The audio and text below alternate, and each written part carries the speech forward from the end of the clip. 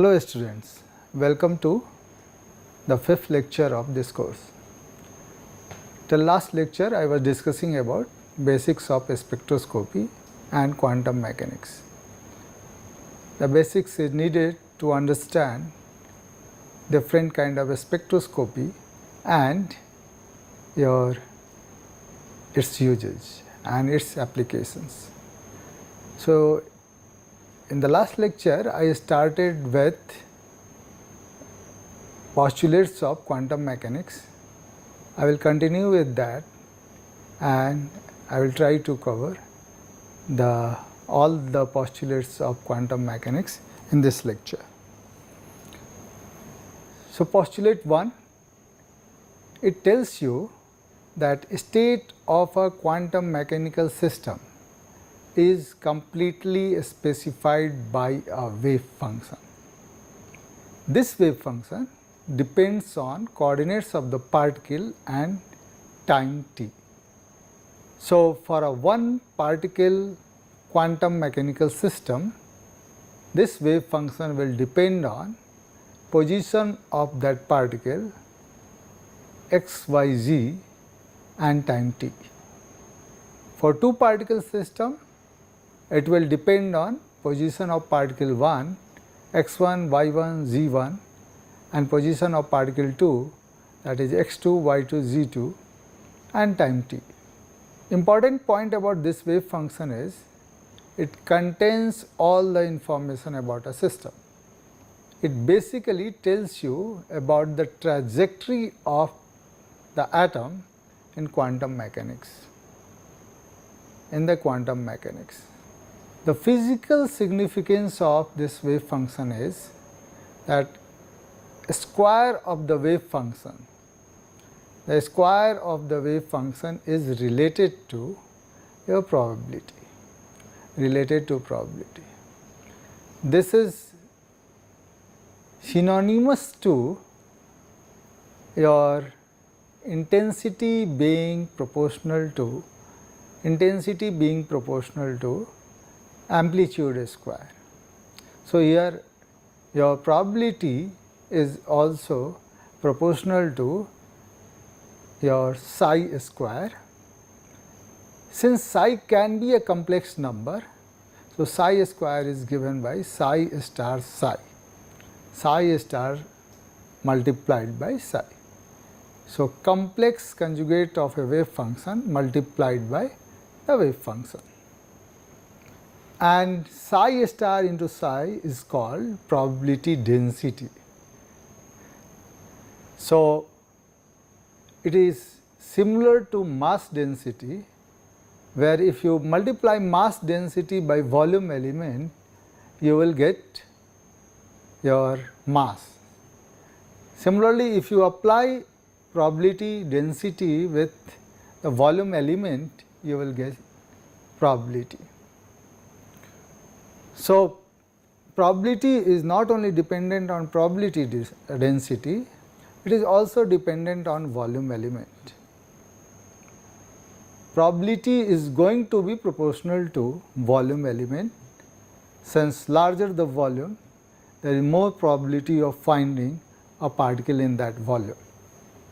So probability is given by integral of psi star psi d tau, and this equation can be used to find probability of particle being in a particular region.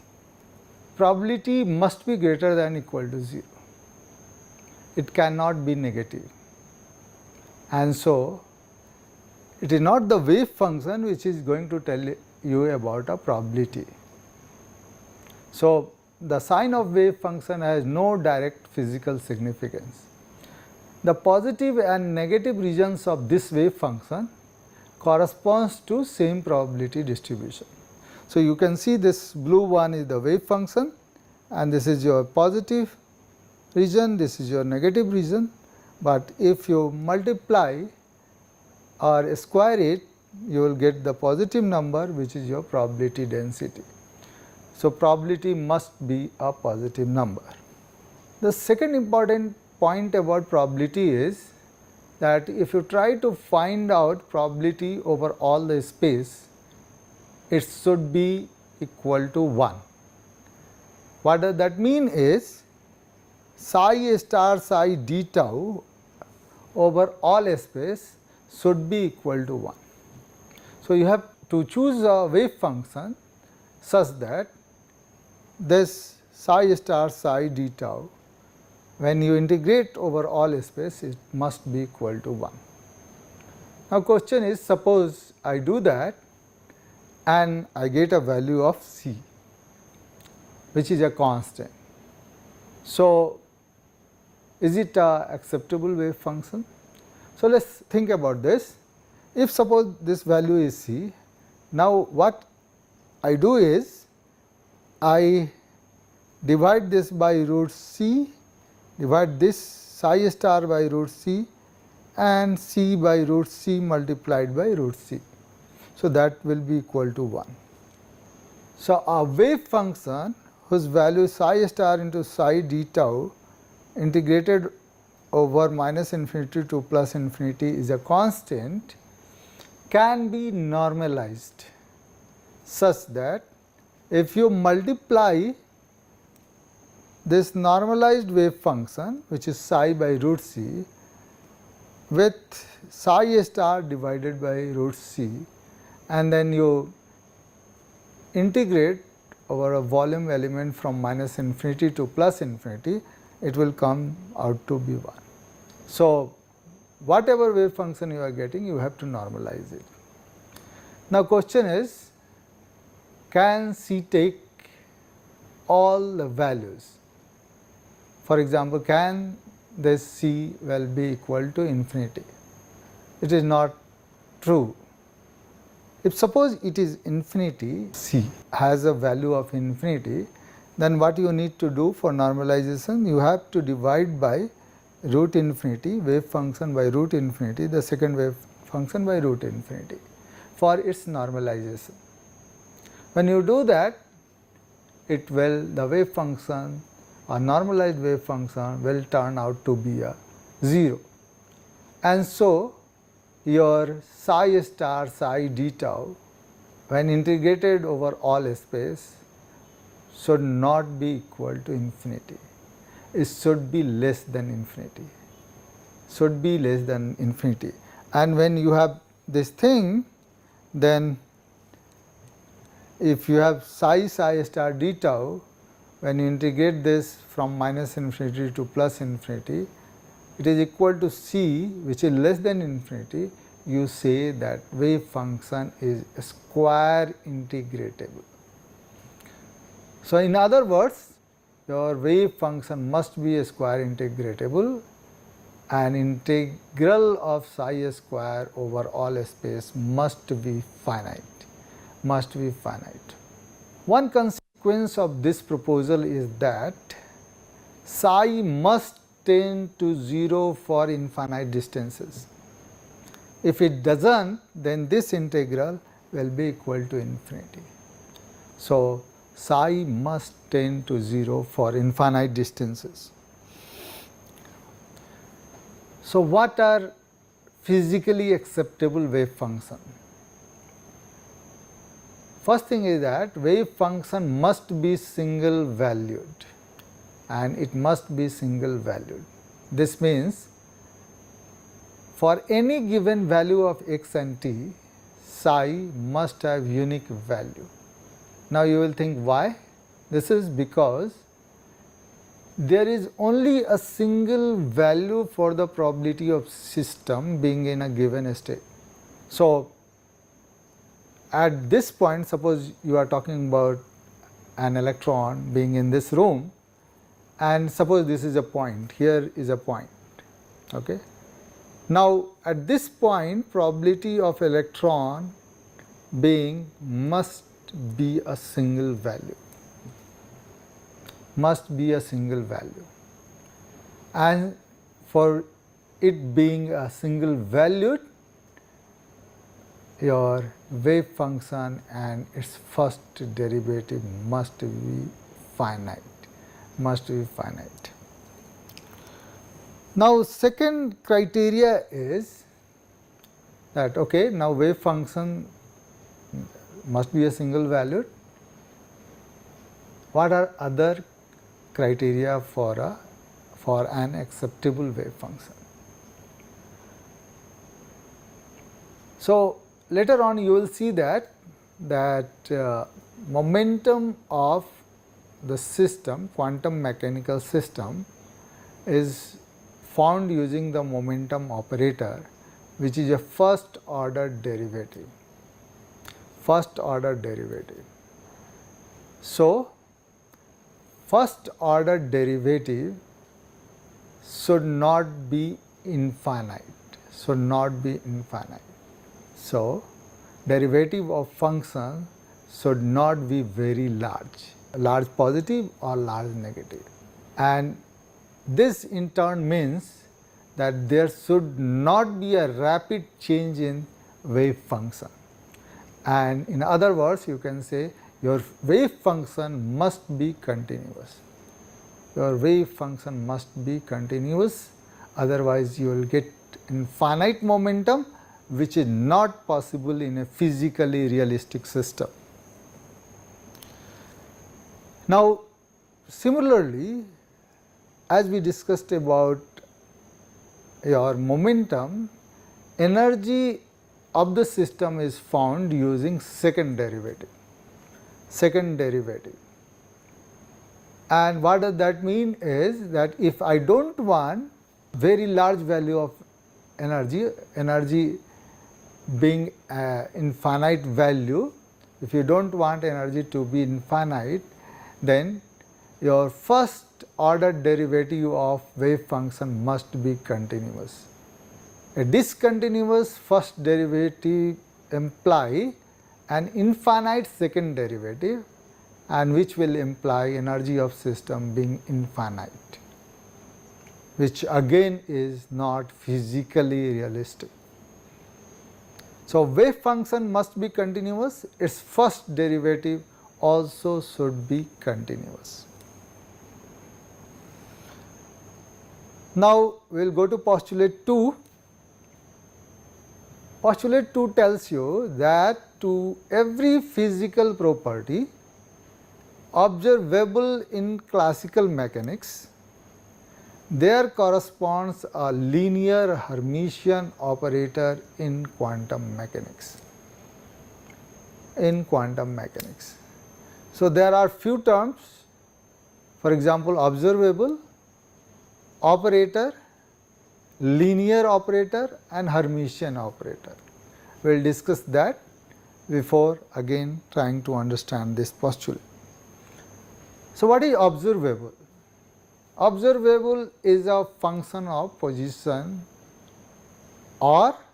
and momentum. For example, position of a particle, that is given by x, momentum of the particle px, kinetic energy px square by 2m. So, kinetic energy is a function of momentum. Potential energy, it depends on position, and total energy is sum of kinetic energy plus potential energy. So, it depends both on momentum and position, and these are the observables. So, corresponding to each of these observable, there is a operator. An operator must be linear and your Hermitian operator. The operator must be linear and Hermitian operator. Now, let us go and understand what I mean by operator. So, operator is a rule that transforms a given function into another function. So, if you apply operator to a function, for example, here f(x), you will get another function which is gx. So, if I apply an operator to a function, it should give another function. That is what we mean by operator. So, let us understand that. So, here is some operation, operator, function and resulting function. So, a square is an operation and this is shown by this operator. If suppose function is x square, So, if I apply a square operator on a function x square, what I am going to get is another function which is x power 4. Similarly, a square root can be an operation. So, you are taking a square root of a function and this operator will be given by this sign. If suppose I apply this operator, a square root operator on x square, I am going to get another function x. Third operator you can think of is multiplication by a constant. Here constant is c. If I multiply this constant to a function x square, what I am going to get is cx square. Differential can be another operation, and operator will be d by dx. If I apply d by dx operator to x square, I am going to get the function 2x. And second order differential can be another operation, and operator will be d2 by dx square. If I apply this operator to x square, I am going to get the value of 2. So, I hope that now you understand operator. Let us go and understand linear operator. Any operator cannot be a linear operator.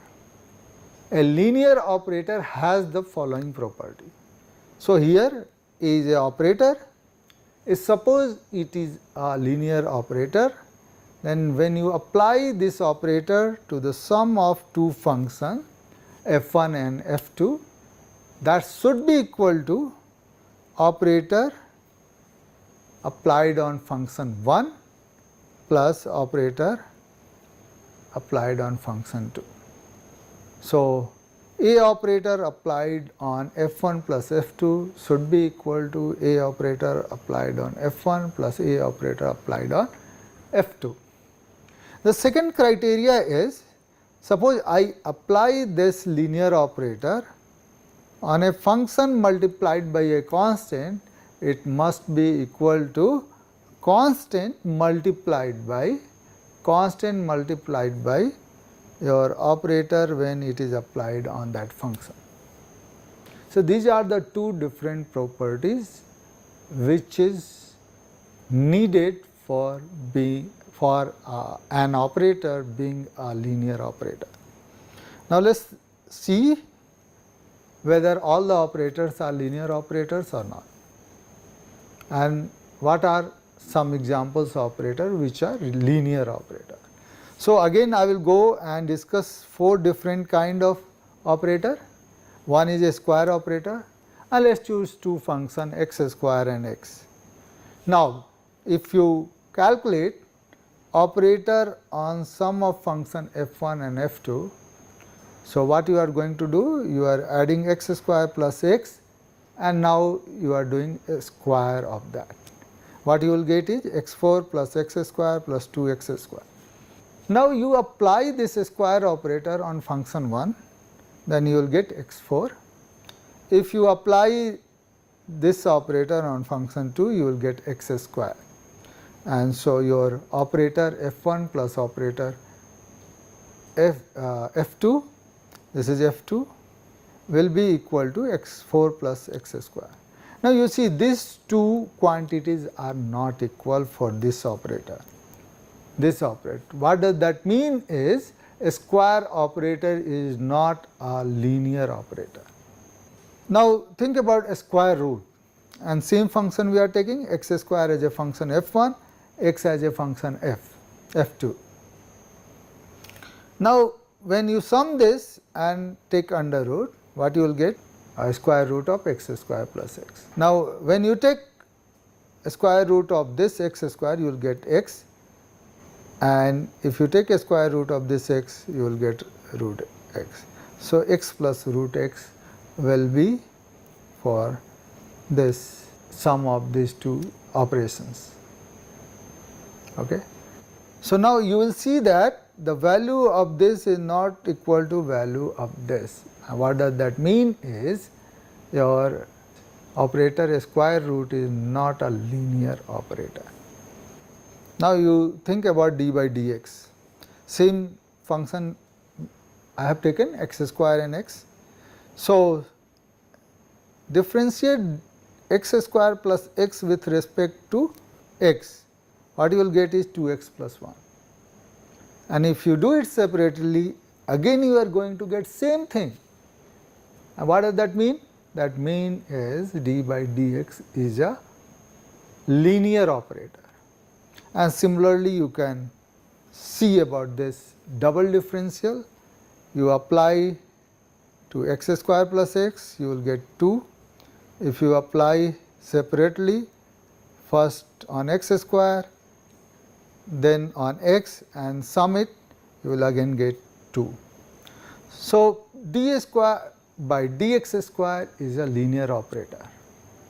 So, in this slide what we are able to see is that first two operators are not linear operators, whereas last two, first differential and second differential, is example of linear operator. Now, after linear operator, we will go to Hermitian operator. What do we mean by a Hermitian operator? A Hermitian operator, suppose A is a Hermitian operator, it must satisfy this condition. So, now you have two functions f and g.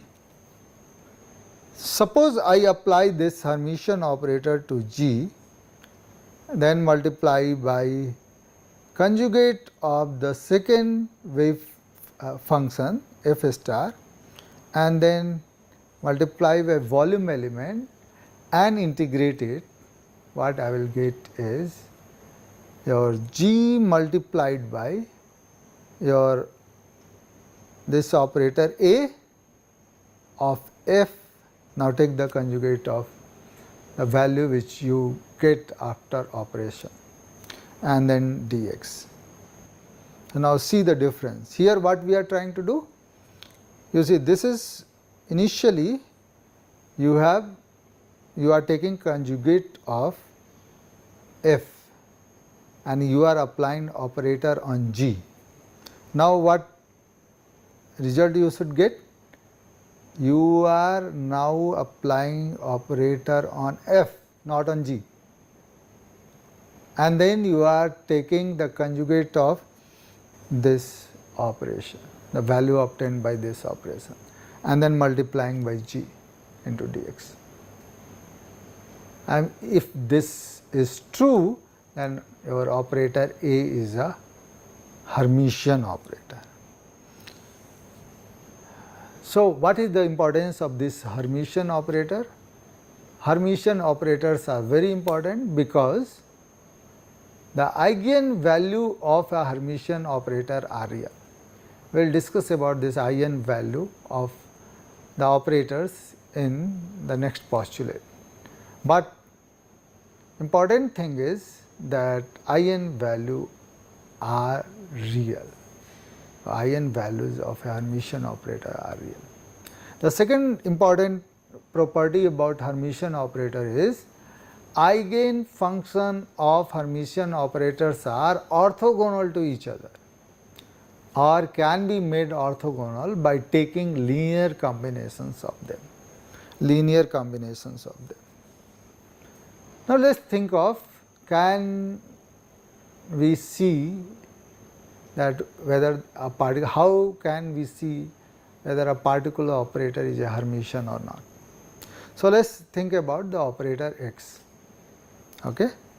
So, this is your thing. You have taken two wave functions psi r and psi s. Okay. And now we are calculating the psi r star into x operator applied on psi s wave function into dx. If x is a Hermitian operator, then this equation must be true. So, now you see here operator is applied on psi s, now you are applying operator on psi r and taking complex conjugate of this and then multiply by psi s dx. If this is equal, then you say that x operator is a Hermitian operator. So, let us start with this. So, psi s, so what we did? We took this psi s this side. So, this is x operator psi r conjugates of this multiplied by psi x into dx. Now, you see this x operator into psi r is simply x into psi r, and then a star psi s dx. Now, x can come out, x star is x. So, simply you can put this x from here to this point. So, psi r star which comes from here multiplied by x takes to this side, and psi s dx. Now, this x psi s is your can be written as x operator into psi s, x operator into psi s. So, x operator into psi s is basically x multiplied by psi s, and that is what we are writing here. So, we started with right hand side and we showed that this is equal to left hand side. You see, this is the left hand side, and what does that mean is operator x is a Hermitian operator. Now, let us go and see second example. For example, can we prove that momentum operator is a Hermitian operator? Momentum operator is a Hermitian operator. So, this is your momentum operator and this is equal to minus I h bar d by dx, okay, or h cross. Sometime people say h bar or sometime people say h cross. I will use h bar. So, minus I h bar d by dx, and if I want to prove that momentum operator is a Hermitian operator, then I need to prove this thing. So, here you see again there are two wave function r and s. First is your momentum operator applied to psi s multiplied by the conjugate of psi r, and what we should get is momentum operator applied to psi r, take the complex conjugate multiplied by psi x dx, psi s dx. Now, let us start again from right hand side. So, P momentum operator into psi r complex conjugate psi s dx is equal to, let us put the operator is equal to minus I h cross d psi r by dx star into psi s dx. Now, complex conjugate of I is minus I, and so what you will get is minus I will give you I, and h bar is a constant. So, it is simply h bar, and then you can simply put d psi r by dx star into psi s dx. Now, you have to solve this integral. What we will do? We will do integration by part to solve this integral. So, how does integral by part goes? So, you see this is equal to what is here? D psi r by dx star into psi s. So, suppose this take as u is equal to psi s, u is equal to psi s, and dv is equal to d psi r by dx star, okay. And so, what you are going to do is u into dv, okay. When you do integral by part, what you will get? U into v first. So, you see u is your psi s. So, this is psi s and dv is this. So, v is your psi r star, and then this I h cross minus infinity to plus infinity. So, you are integrating from minus infinity to plus infinity. So, first thing is this is u into v minus what you will get? Minus, so u into v minus what you will get? Your v into du, and that is what you did. V is your, you see again psi r star, and du is d psi s by dx, d psi x by dx into dx. So, this when you do that, you will get these two terms, and this function tends to 0. So, what you are left with is the second part, and that is what it is written, that this should be equal to minus h cross d psi x by integral of d psi x by dx psi r star into dx, and again this is psi r star, you put it here, and this multiplied by this can be written as momentum operator applied on wave function psi s and then dx, and that is what we wanted to prove. So, here we have proved that momentum operator is also an Hermitian operator. Momentum operator is Hermitian operator. So, this is your, now we are going to prove energy operator. Okay? Energy operator is Hermitian. So, your, this is the energy operator, and if you try to calculate the right hand side the way we did for other one.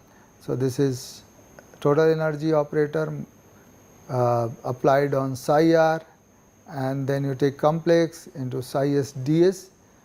Your total energy operator is P a square by 2m. So, you can simply write P a square by 2m psi r a star psi x dx. First operator, if you do that, then you will get this thing 1 by 2 m p psi r star p psi s dx, and then when you do the second operator you will get this thing, and that tells you that your energy operator is also Hermitian operator. Hermitian operator. So, we talked about what we mean by operator, what we mean by a linear operator, what we mean by a Hermitian operator. So, in quantum mechanics, for every observables position, momentum, kinetic energy, potential energy, total energy and angular momentum, there is a quantum operator R, P, T, V, H and this Lx, which is your angular momentum operator, and that is simply multiplication by R. This is applying this thing to the function. Energy operator is, or applying this operator on wave function. Potential energy operator is this, and what it does is it multiplies the function by Vr, and then Hamiltonian operator, this is basically sum of your kinetic energy operator plus potential energy operator, and this is the angular momentum operator. These all are linear and Hermitian operator. Linear and Hermitian operator, and they, when they are applied to the acceptable wave function, they will give position, momentum, kinetic energy, potential energy, total energy and angular momentum. So, if you know the acceptable wave function, you can apply these operators to get different observable. So, getting a right wave function is very important, because that tells you about each and every observable. So, now we will go to postulate 3. According to postulate 3, in any measurement of the observable associated with the operator A, the only value that will ever be observed are the eigenvalue A which satisfy this condition. So, if you apply this operator on a wave function, you are going to get wave function multiplied by a constant which is known as eigenvalue. If it is a real, then only it can be the solution. It can be the solution. Okay? And so, here is your operator A. When you apply to a function f x, it will give a constant multiplied by f x. If it does that, then f x is called eigen function of A with eigenvalue k, with eigenvalue k. And so, let us think of a function f x is equal to exponential I k x. Now, first thing we have to know whether this function is in function of momentum operator or not. And the other question we can ask is, if this is the in value of momentum operator, then what is the in value? So, let us see. So, now what we are going to do is, we are going to apply the momentum operator, which is I h cross del by del x, on the function E I k x, and see whether we are going to get constant multiplied by the exponential I k x. If we get it, then we will say, or we will say that this function is in function of momentum operator. So, let us apply operator to this function. What you will get is I minus I h cross del by del x of this function. When you differentiate this, what you are going to get is this multiplied by this total thing multiplied by your I k, and if you multiply by this, you will get, this will be I h cross, just remove this, this is minus I square h cross k exponential I k x, and so you will get minus I square is 1. So, h cross k exponential I k x. Now, you see this is h cross k multiplied by this wave function. What does that mean is, exponential I k x is an in function of momentum operator, and in value is h bar multiplied by k, h bar multiplied by k. Now, we will go to next postulate, which is postulate number 4, which tells you, for a system in a state described by a normalized wave function psi, the average or expectation value of the observable corresponding to A is given by, this is the average value of A will be given by psi star A psi d tau. Expectation value in general is given by this thing. This will be equal to 1 for a normalized wave function, and so for a normalized wave function, the average value of A will be given by psi star x operator A on psi x dx integrated over minus infinity to plus infinity, minus infinity to plus infinity. So, this is the way you can calculate the mean value of A. Now, postulate 5, here again we are going to discuss Schrodinger equation as a part of postulate 5. And what does this tells you? That wave function of a system evolves in time in accordance with time dependent Schrodinger equation, and that is I h cross del psi by del t is equal to h psi. Okay. Last time we discussed time independent Schrodinger equation. Now, we will discuss how to get this time dependent Schrodinger equation. So, time dependent Schrodinger equation is given by this equation. This is your kinetic energy operator on psi, and this is plus potential energy operator applied on psi should be equal to I h bar d psi by dt, d psi by dt, and we know that S psi is equal to E psi. So, we can simply write this is also equal to E psi, this is also equal to E psi. Now, we will show you how to derive this equation using the wave equation. So, if you recall, in the last lecture I told you that a wave travelling in positive x direction with velocity v will be given by this sine function. So, this is vertical displacement in y direction will be given by is a constant multiplied by sine 2 pi x by lambda minus Vt by lambda, x by lambda minus Vt by lambda. and your Vt, V by lambda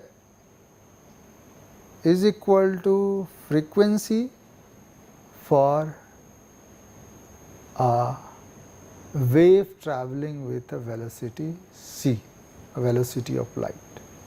So, this is your equation, and I showed you that double differential of this equation and the plug in of value of lambda by h by p will give Schrodinger equation or time independent Schrodinger equation. Now, we will go and see in a detail that what this equation which I showed you as a postulate 5, how we can derive it. So, the wave function associated with electron can be a complex number, and so it will be better to express psi as a function of psi as this: a exponential I 2 pi x by lambda minus v t by lambda. This is same what we used for the sine function. Only thing, now we are taking exponential as representation of a wave, exponential function as a representation of wave. Okay. So, this is similar, psi is equal to a exponential I 2 pi x by lambda minus v by lambda is your nu frequency into t. And now we know that E is equal to h nu, and we can write like 2 pi h bar nu. Okay. So, you divide by 2 pi, multiply by 2 pi, h by 2 pi is h bar. So, you can write energy as 2 pi h bar nu. So, nu will be given by E divided by 2 pi h bar, and we know that lambda is equal to h by p. What does that mean is that this is h can be written as 2 pi h bar divided by p. So, now this 2 value I am going to plug in the equation 2. When you plug these 2 values, what you are going to get is psi is equal to a exponential I 2 pi x by lambda. So, in place of lambda you put p by 2 pi h bar, and here for nu you are putting E by 2 pi h bar. So, this is your equation for wave function associated with an electron. So, same equation I have written here, only thing I took 2 pi h bar out. So, you can simply write a exponential I 2 pi by 2 pi h bar x p minus E t, 2 pi cancels out. So, this is your equation for a wave function. Now, let us go and see the energy, this energy. So, energy is basically your kinetic energy plus potential energy.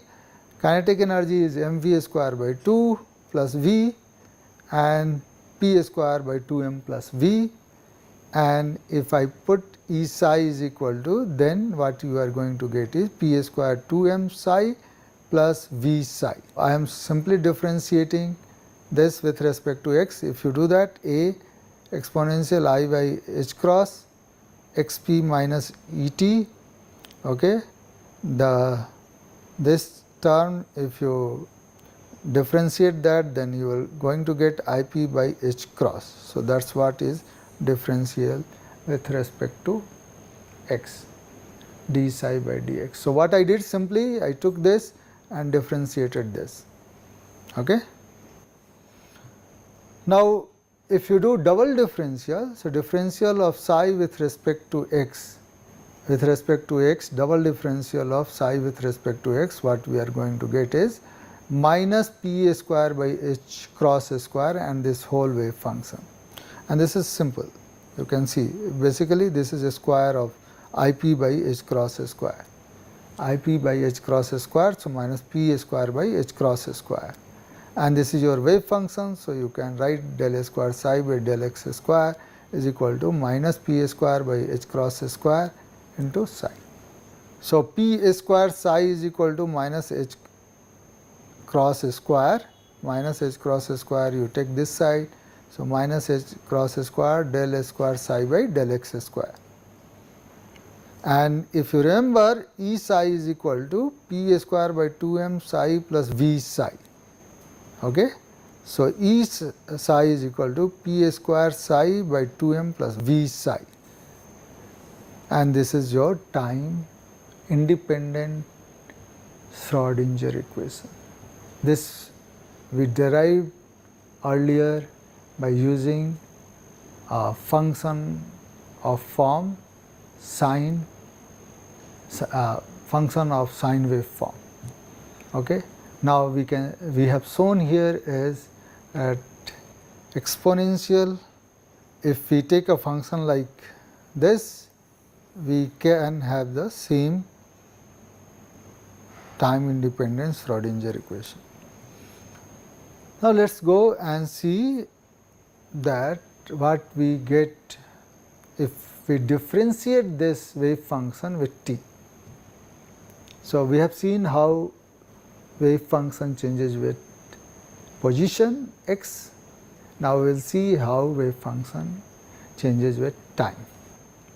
So, wave function, this is already we have discussed how this wave function is given. Now, if I differentiate this with respect to time, what I am going to get is this whole expression multiplied by, now you see you have to differentiate this. So, I h cross I e divided by h cross. Okay. So, d psi by dt is equal to minus I e by h cross psi, or simply you can write E psi is equal to, if you take this whole this side, then minus h cross by I del psi by del t. You remember we have calculated E psi here also, and we have now another E psi if we differentiate del psi by del t. We differentiate psi with time t. So, now differential of psi with respect to x and differential of psi with respect to t has relationship. What is that relationship? Is this minus h cross by I del psi by dt is equal to minus h cross by 2m del a square psi by del x square plus v psi, v psi. If you multiply this, you will get this. This can be written as a Laplacian operator. I have discussed that earlier also. So, this is your Schrodinger equation. This is your Schrodinger equation. So, what you need to do is you need to take a proper function for wave function associated with electron, and then what you need to do is you differentiate that with respect to x, we differentiate that with respect to t, and then you plug in the value of lambda from the de Broglie equation, and you can get Schrodinger equation. You can get Schrodinger equation.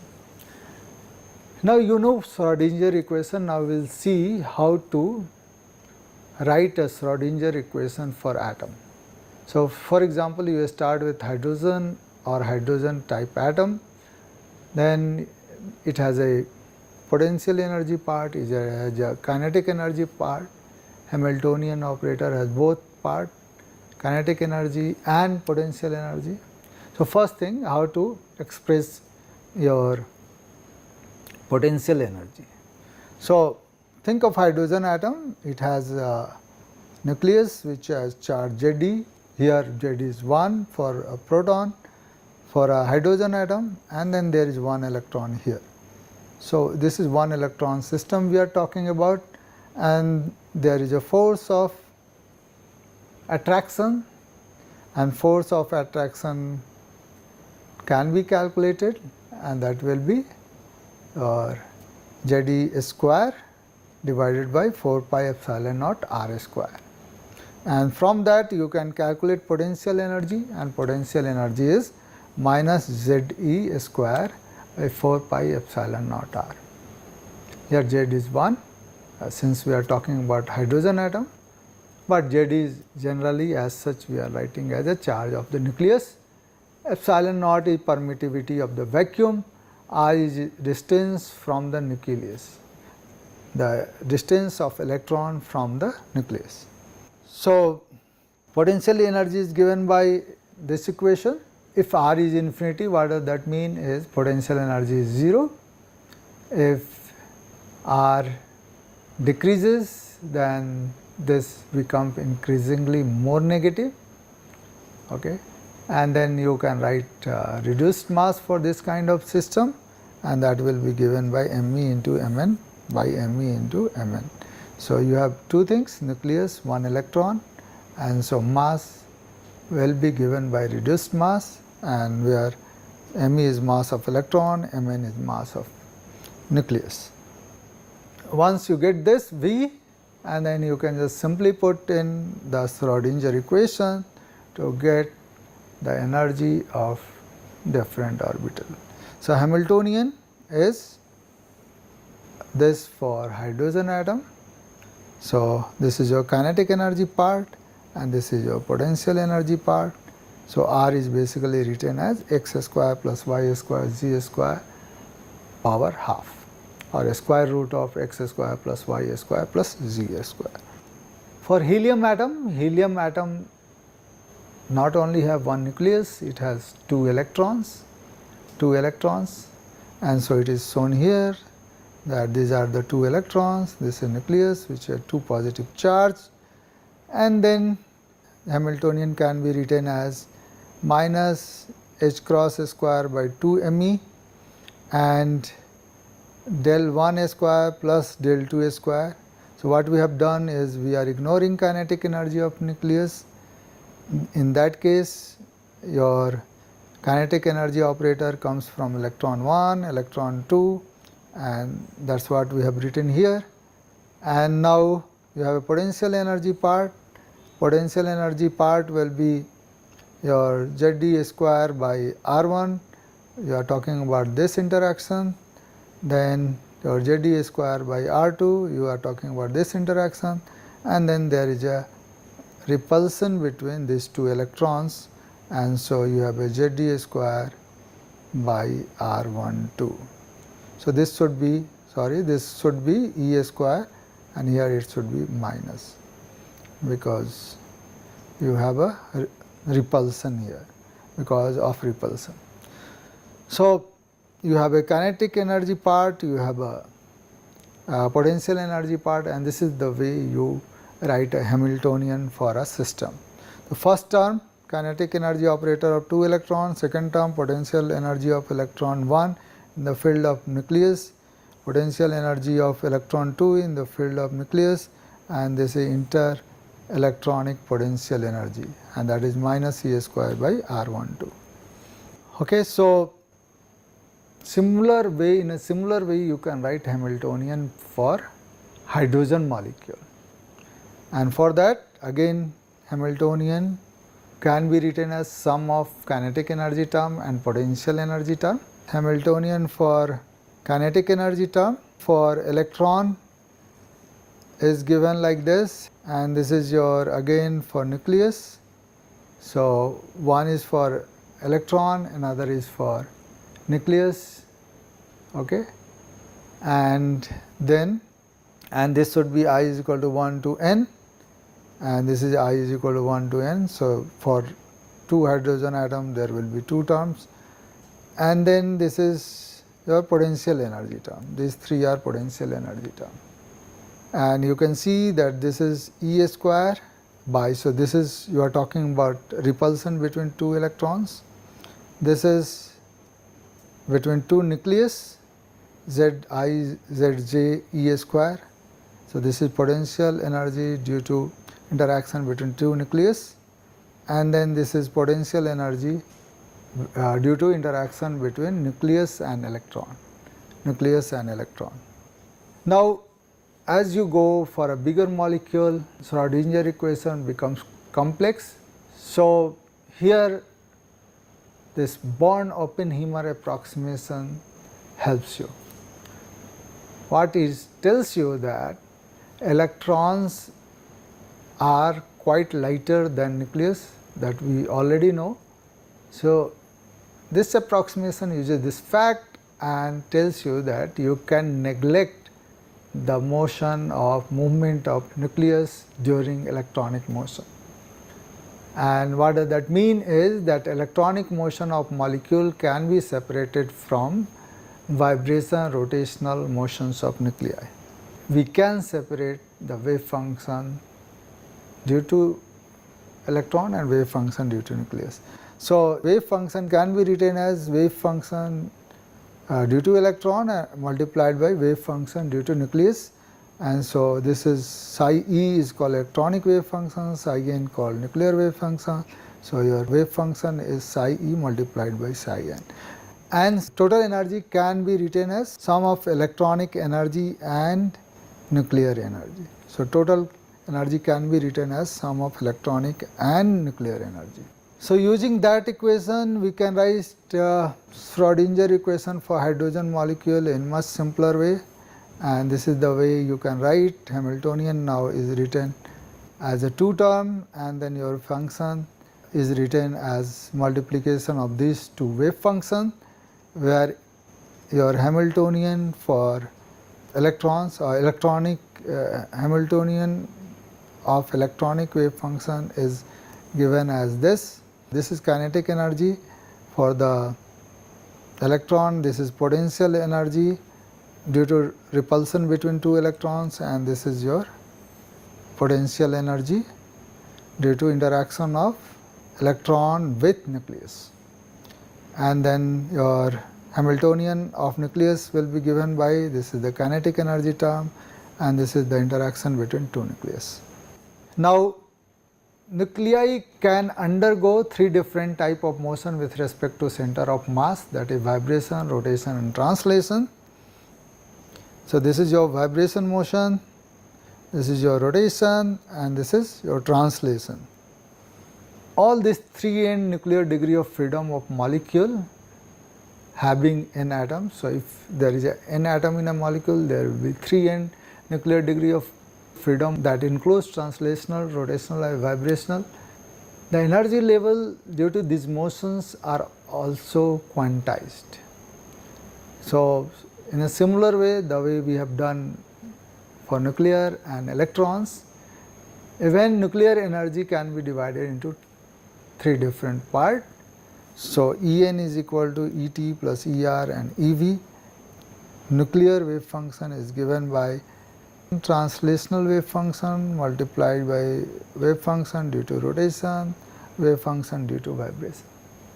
So, they are quantized. These are the simple rules which can be very useful in simplification of Schrodinger equation, and it is used to simplify equation and get the energy levels of different energy levels associated with different quantized levels. So, depending on motion, energies can be of different type, or quantized energy levels can be of different type. You have electronic levels. Within one electronic levels, you have a vibrational levels, and within one vibrational level, there are several rotational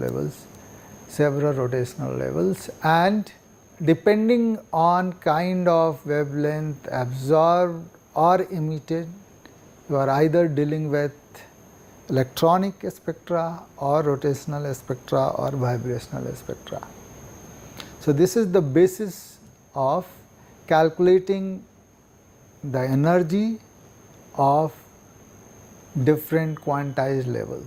So, in this lecture I discussed about a wave function and how to calculate the energy associated with different quantized level.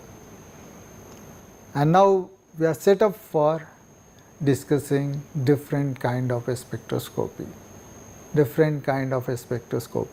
in the next lecture what I am going to do is, I am going to first discuss about general features of different spectroscopy, for example, intensity, resolution, Fourier transformation. These are some general features of the spectroscopy. Once I discuss that, then I will go to each and every spectroscopy, for example, rotational spectroscopy, vibrational spectroscopy, Raman spectroscopy. I will again talk about basics associated with those spectroscopy, and then finally we will move to application part. So, these are the different levels. You can see this is your electronic levels, and if the transition happens from this to this, then you say that you have electronic spectra. If transition happens in between, so these are the vibrational levels in between, then you are dealing with vibrational spectra. Within each vibrational levels there are rotational level, and if transition happens in this, you are basically dealing with rotational spectra. So, I will stop here. Thank you very much. See you in the next lecture. Bye. These are the some books which I am following, and so please have a look at it if you want further reading, and thank you very much.